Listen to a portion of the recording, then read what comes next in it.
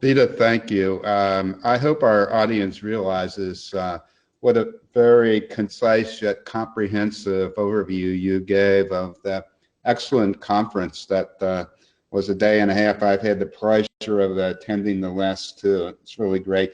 Just a couple quick questions for you.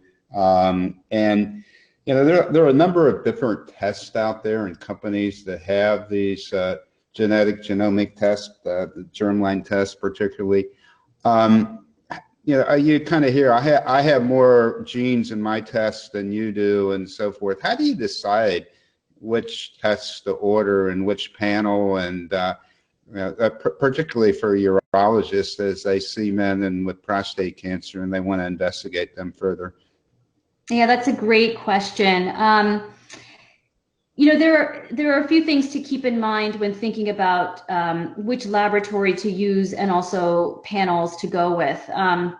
In terms of the genetic testing laboratories, there's probably 5 or 6 genetic testing laboratories in the country that have strong experience in hereditary cancer genetic testing. So it's really important to go with an experienced laboratory because of the thoroughness of the testing, the ability to validate uncertain findings.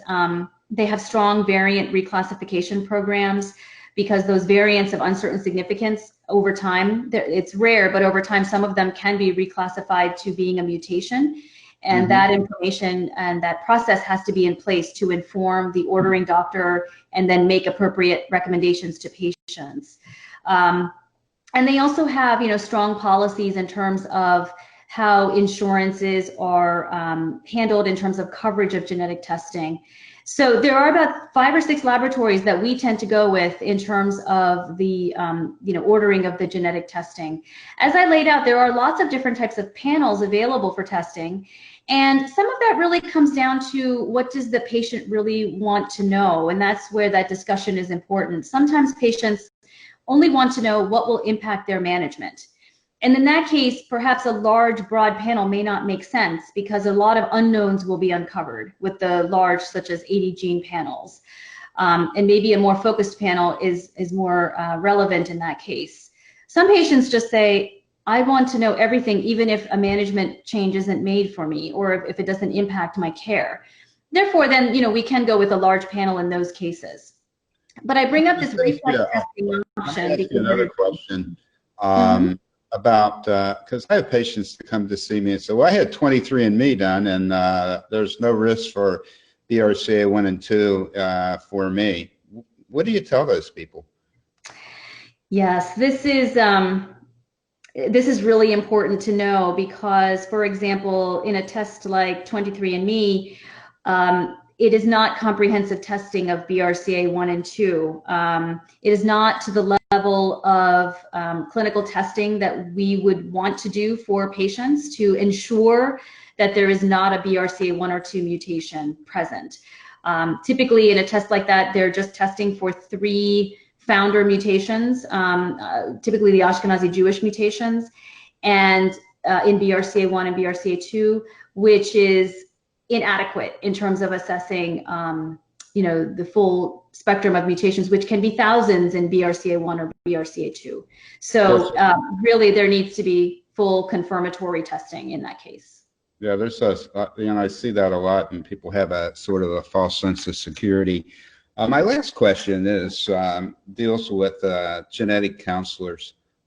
They're terrific, but we know there is a national significant shortage of genetic counselors to deal with the amount of testing that we probably should be doing.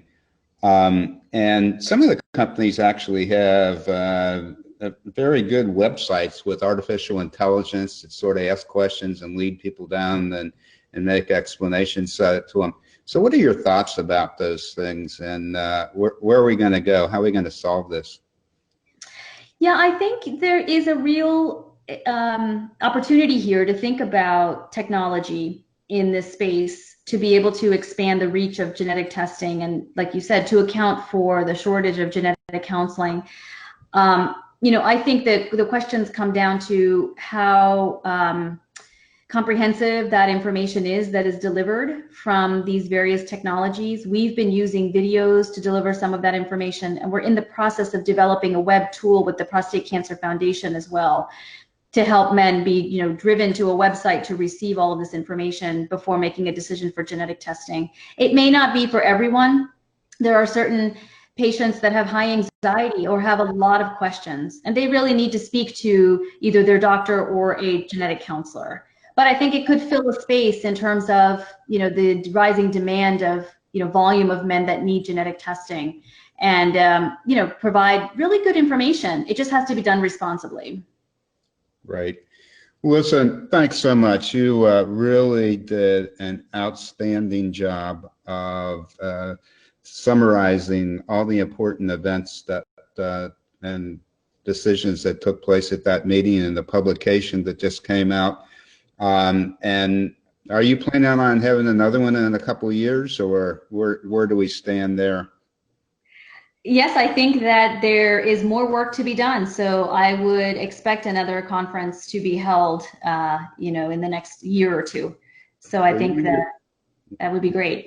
You and your team certainly are the leaders there, and thank you and Lenny and everyone that's been involved. So thank you so much. Thanks for having me. You're welcome.